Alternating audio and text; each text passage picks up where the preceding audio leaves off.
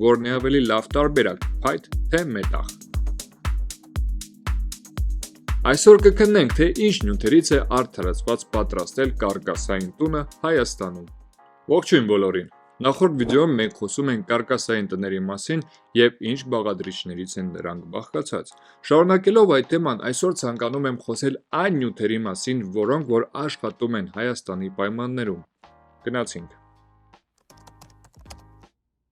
Նյութերը տան որակի կեսն են։ Կարելի է անել հիանալի դիզայն, նախագիծ, ընտրել իդեալական լուծումներ, բայց եթե ի սկզբանե նյութերը ընտրված են սխալ, կարելի է պարզապես չշարունակել։ Պատը փլվել է։ Հայաստանում կլիման շատ խիստ է։ Շատ արև, ցուրտ ձմեռներ, տպավորություն է մեկ-մեկ, որ ապրում ենք ծովափնյա երկրում։ Ուրա մեզ տենց բախտ։ Բախտի տերը թաղեմ։ Այսօր կքննենք, թե ինչ նյութերից է արդարացված պատրաստել կարկասային տունը Հայաստանում։ Ինչ տարբերակներ գոյություն ունեն, որտեղ է պետք դրանց օգտագործել եւ ինչ նյութերին ավելի լավ է ձեռք չտալ։ Ինչպես նշել ենք նախորդ վիդեոյում, կարկասը դա տան կմախն է, եւ այսօր կպարզենք, որն է ավելի լավ տարբերակ՝ փայտ թե մետաղ։ Առաջինը դա հայկական փայտն է։ Նման է որպես հին վստահելի ծանոթի, ոչ իդեալական, բայց փորձված։ Ապեր ես եմ, քշի։ Խիտ, ամուր, մեր կլիմային սովոր։ Պարզապես պետք է վստահ լինել, որ ճիշտ ձևով աչորացված, ճիշտ մշակումներ անցած եւ ունի ճիշտ գեոմետրիա։ Եվ վստահելի ձեռքերում իրականում շատ լավ լուծում է։ Հարմար է փոքր եւ միջին տների համար, պարզ նախագիծ է եւ բյուջեն սահմանափակ է։ Հաջորդ տարբերակը ներմուծված բարձր որակի փայտ է։ Նման է, երբ որ սովորական հեռախոսից անցնում ես iPhone-ի, վստահելի, ուղիղ, կայուն, թանկ։ Իդեալական է մեծ նախագիծների, կտրուկ երկրաչափության եւ մեծ պատուհանների համար։ Ինչպես նշեցինք, բավականին թանկ է, բայց եթե բյուջեն խնդիր չի, կարող ես դիտարկել այս տարբերակը։ Հաջորդը LVL սոսնձված փայտն է։ Սա փայտերի սպորտքարն է։ Հարմար է, երբ որ տունը մեծ է, երկու եւ ավելի հարկանի նախագիծ է, բարդ ճարտարապետություն է, բայց եթե տունը փոքր է, սա անիմաստ ռեսուրսների վատնում է։ Հաջորդը մետաղական կարկասն է պրոֆիլոյին խողովակից, բոլորի կողմից սիրված եւ Հայաստանում ամենատարածվածն է։ Այս տարբերակի ամենամեծ մինուսը դա ջերմակորուստն է։ Բոլորից քաչ ծանոթ է, որ մետաղը ջերմությունը շատ արագ վերցնում է եւ փոխանցում է, եւ տաք, եւ սառը, եւ մինուսային եղանակների ժամանակ դա պարզապես դրսի սառը օդը բերելու է ներս։ Այս խնդիրը ունի պարզ լուծում, պարզապես պետք է այս կարկասը նույնպես ջերմամեկուսացվի, որը որ չեն անում շատ ու շատ շինարարներ, եւ այդ պատճառով է, որ մետաղից այսօր շատերը հրաժարվում են, երբ որ նրանք օգտագործում են տունը մշտական բնակության համար, որովհետեւ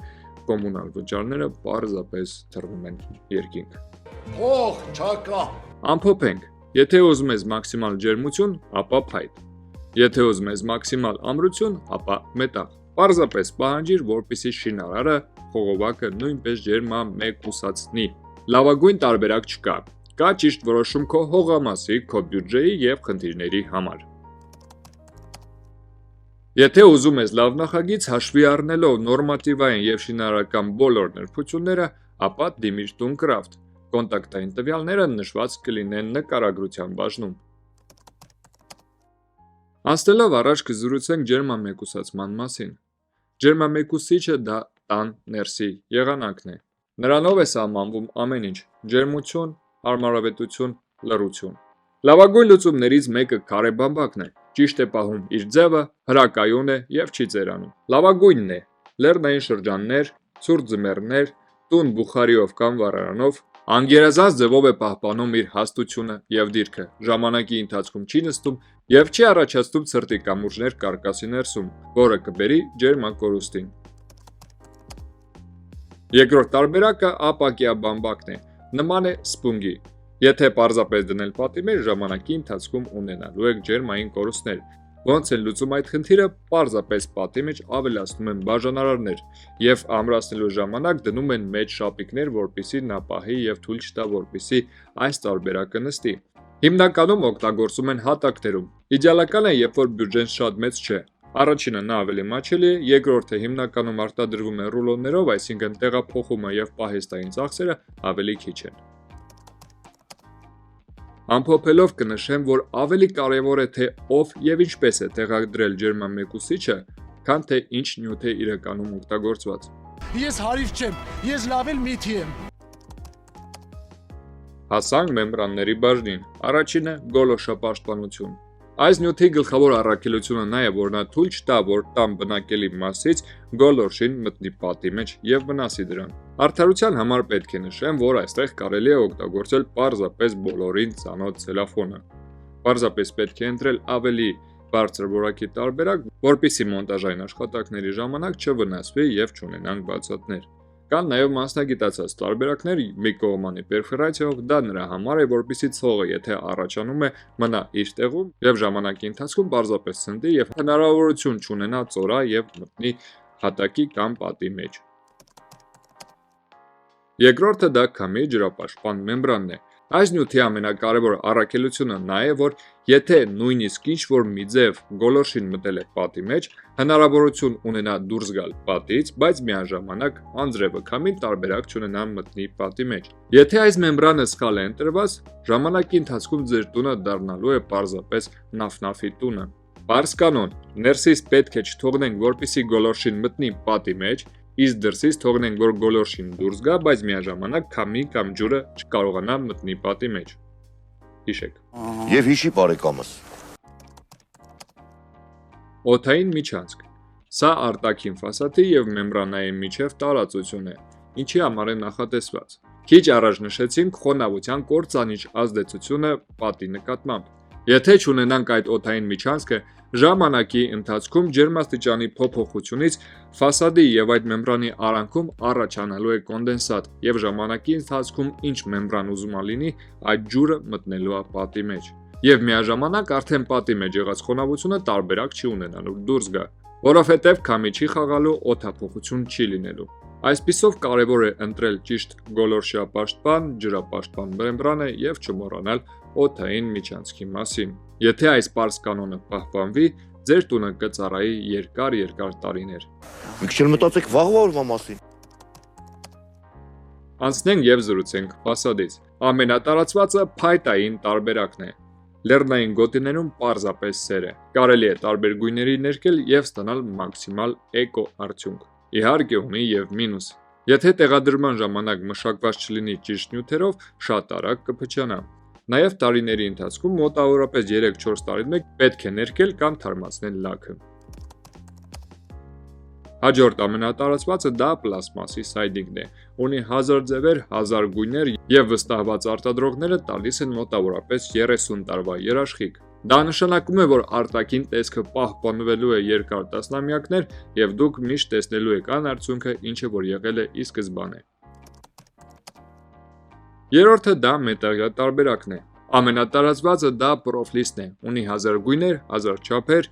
լավ է պահում իր երկրաչափությունը եւ մոնտաժի ժամանակ եթե չեն վնասել, չի ժանգոտում։ Կարևոր մինուսներից նշեմ, որ պետք է ընտրել ոչ թե ամենաէժան տարբերակը, այլ փորձված մի քիչ ավելի հաստ տարբերակը եւ նաեւ կարող է առաջացնել չկանխատեսված խնդիր։ Դա կապի կորուստի հետ է կախված, որովհետև կապի ճառագայթները պարզապես չեն կարողանում երկաթի մեջով անցնել կամ ուղղակի թուլանում է կապը։ Այդ խնդիրը լուծելու համար տան ներսում հիմնականում դնում են կապի ուժեղացնող սարքեր։ Հաջորդ տարբերակը դա false click-ն է։ Հիմնականում օգտագործում են եւ ֆասադի եւ տանիքի համար։ Նշեմ, որ ինձ համար ամենագեղեցիկ եւ ամենապրակտիկ տարբերակն է, որովհետեւ ունի կայուն երկրաչափություն եւ արդյունավետ է շատ երկար տարիներ։